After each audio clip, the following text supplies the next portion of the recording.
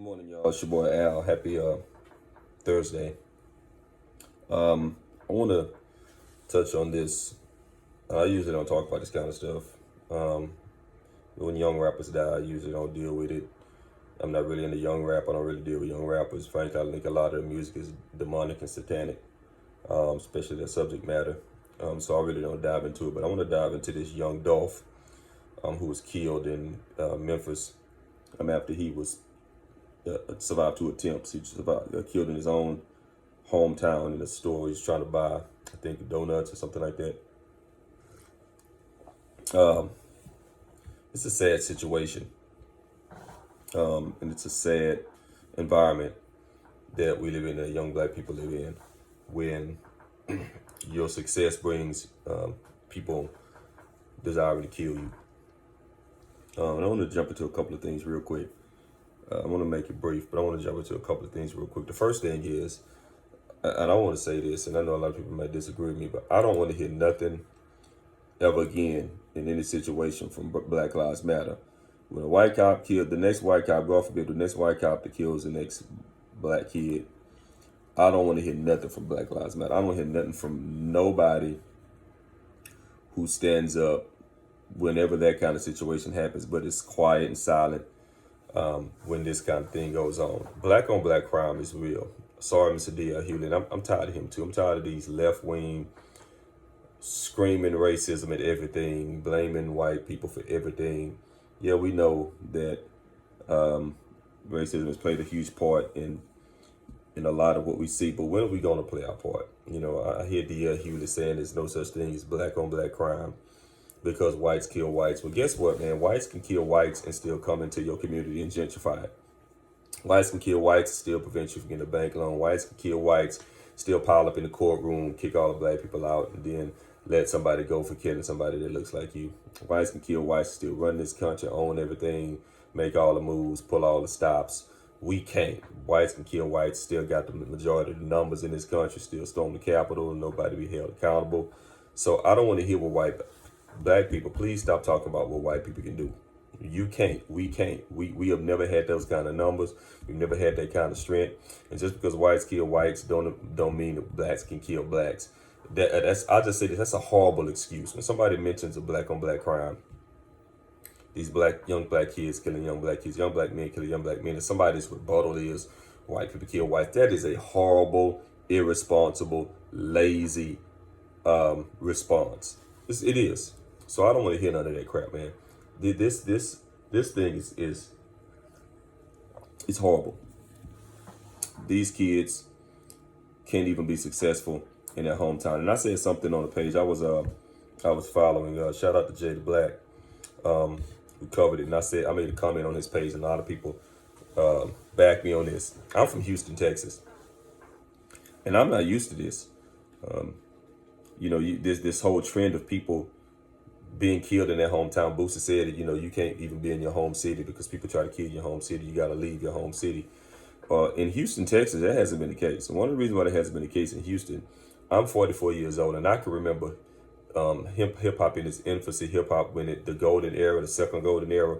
And one of the things I know about Houston, when Houston started to get rappers on the map, even today, whenever Houston gets a rapper on the map, the city rallies around that rapper because Houston's been so underrated and underappreciated. Whenever we get somebody that the spotlight is on, from the Ghetto Boys to DJ Screw to Lil Kiki to Fat Pat, to Big Pokey, to Hawk, to Swisher House, Mike Jones, Slim Thug, Paul Wall, even now with Travis Scott. Whenever we get somebody from Houston, we don't try to off our rappers. We rally around them. When they make it, we didn't make it. Because Houston been so underrated. Whenever we get somebody in, we're like, yeah, that's us. That's us right there. So I can't relate to this being from your city trying to get killed in your own city, because we don't do that, man. We get somebody who make it and rap. We good. And I think it's attributed to two different things. One is subject matter. The truth of the matter is, it's power in the tongue. You can speak life or you can speak death. And a lot of these rappers, and this kid, he was a nice kid, young Dolph, and was doing a lot of charitable things, but there was a lot of lyrics where he was talking about getting down, and Man, you speak that stuff, in your music, and especially today, you bring it. 90% of these rappers who got killed and shot violently, they talking that talk in their music, man, and you bring what you speak. That you speak life into that stuff. You speak life into, you know, gunplay and putting in work, all that. You speak life into that, man. There's a lot of already a lot of demonic spirits in the music today anyway. And when you speaking and you chanting and you bringing the conjuring all of this stuff, man, you speak that stuff on you. You speak that death. All of his music wasn't like that, but he spoke enough of a man where somebody would, you talk this gun talk, people gonna try to come and get you, especially now. That's one thing. Another, when you flip that coin over, and you look at Houston. Houston rappers, they never really talk that talk. We gripping the Grant, gripping the wood grain, sipping the bar and ball and parlaying and Brian Bumper Grill and so Houston has been always been on some kind of like chill, get around the city, show your car off, Now we talked about sipping that lean, and when you look at it, like I say, you bring what you speak. It's taking a lot of us out, RIP to a lot of my partners who died from sipping that codeine. But even you go back to early Ghetto Boys, they had a song back in the day called "Mind of a Lunatic," where they talked about going crazy and doing crazy stuff. And when you look at it, Bushwick Bill and Scarface, both of them almost did go crazy. They both had psychological issues after that song. Bushwick Bill almost flipped out and killed himself after he got drunk off some stuff and shot himself in the eye. Scarface is it's been well documented his battles with depression and stuff like that. So even then, making those kind of songs, those songs that you talking about going crazy and having the mind of a lunatic, they spoke a lot of that stuff, into their life. So even with that, that you got to watch what you speak. Another thing is, the reason why I think we don't have that here. And when you look at a lot of the cities where this stuff happens at, the poverty rate is overwhelming. Poverty rate is overwhelming. Memphis, little towns in Georgia. Whenever you see these dudes get out, Baton Rouge, look, small towns and small rural areas, these guys get off to try to go back home, where this poverty is overwhelming and people are angry and they're lashing out more than ever before. And they're gonna try to take you out. Especially when you show up in their faces. And this is one thing I never understood. You show up in their faces. Dude was in the hood, trying to support black business, give them that. You show up in the hood in a decked out Lamborghini, bro. People gonna try to get you. I don't understand the mentality of young people today who, when they make it, the first thing they do is they take the most famous, shiny, flashy thing and back to the hood and wave it in the face of people who don't have it. I never understood that. Like, I never understood, like, when you get money, why don't you go around people who have what you have? Create an environment with people who are where you are. Don't try to go back to the hood and show out for people or make people feel bad or make them look at you and go, "Ooh, look at what he got. Look at what he wearing. Ooh, look at what he driving. Wow, I wish I could drive that. I wish I could have that. Oh boy, oh boy, oh boy." That's not going to be their response, player. They going to try to take you out. You see a lot of people. Can't remember who it was, showed up at a Walmart. I think it was Benny the Butcher. Showed up at a Walmart and got robbed. Showed up in a Walmart with a Bentley and a bunch of jewelry. Just, why? Why you show up in a, first of all, Walmart's full of people in poverty. So why you show up there in a crowd full of people in poverty trying to show off? I'm telling you, people, this is not the season when people are losing their jobs and homes and have yet to recover from this pandemic, losing family. This is not the season to show off, And I'm not, not just gonna put all of that on young Dolph, because he was a young man, was doing some good things, but one, he had that talk in his music, and he was trying to show off in a city where life ain't too sweet. Out here in Houston, people get it. So we see a rapper come through with, with their money, with their cars, with whatever.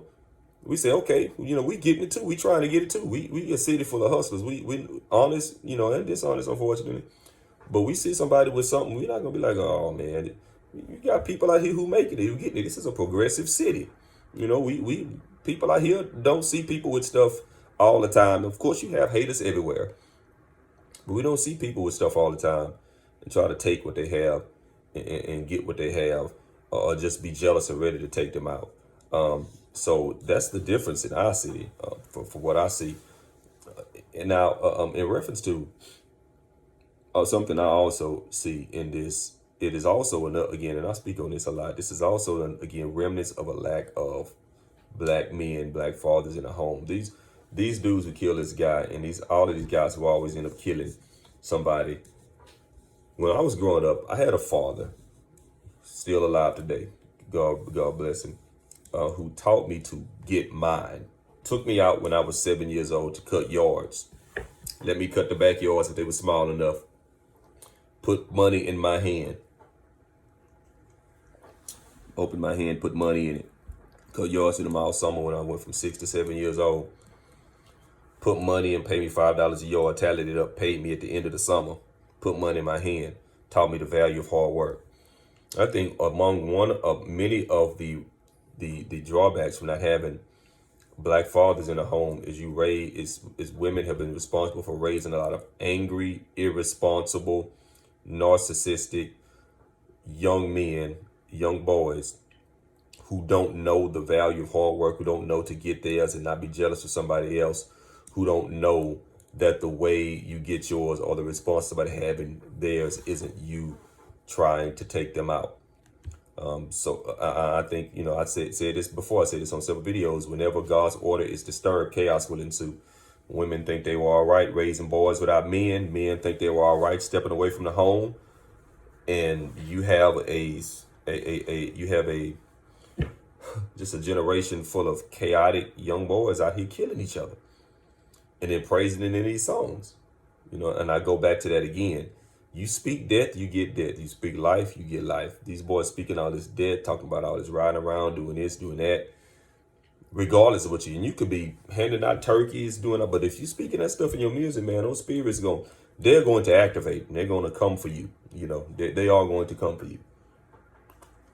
This is a sad thing, man.